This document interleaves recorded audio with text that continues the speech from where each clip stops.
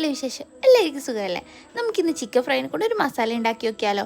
നമ്മൾ first time ആണ് ഉണ്ടാക്കുന്നത്. ഇതൊരു പരീക്ഷണമാണ്, നോക്കാം സക്സസ് ആവോ ഇല്ലയോ. അതിന് വേണ്ടിയിട്ട് നമ്മൾ ചിക്കൻ ഫ്രൈ ചെയ്തിട്ട് ചെറിയ ചെറിയ പീസാക്കി വെച്ചിട്ടുണ്ട്.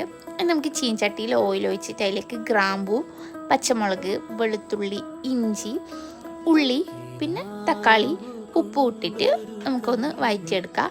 അത് ഒന്ന് ചെറുതായിട്ട് കളർ മാറി വരുമ്പോഴത്തേക്കും അതിലേക്ക് മഞ്ഞൾപ്പൊടി, പിന്നെ ഇത് മുളക് അരച്ചതാണേ, നിങ്ങളതിൽ മുളക് പൊടി ഉണ്ട് അത് ഇട്ടാൽ മതി.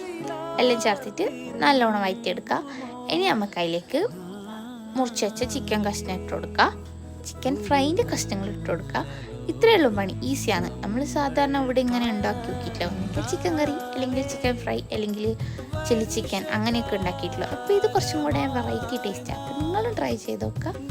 അപ്പോൾ ഓക്കെ, ബൈ. ഇത് ചോറിൻ്റെ കൂടെയും കഴിക്കാം, പിന്നെ രാവിലെ ചായൻ്റെ കൂടെയും കഴിക്കാം.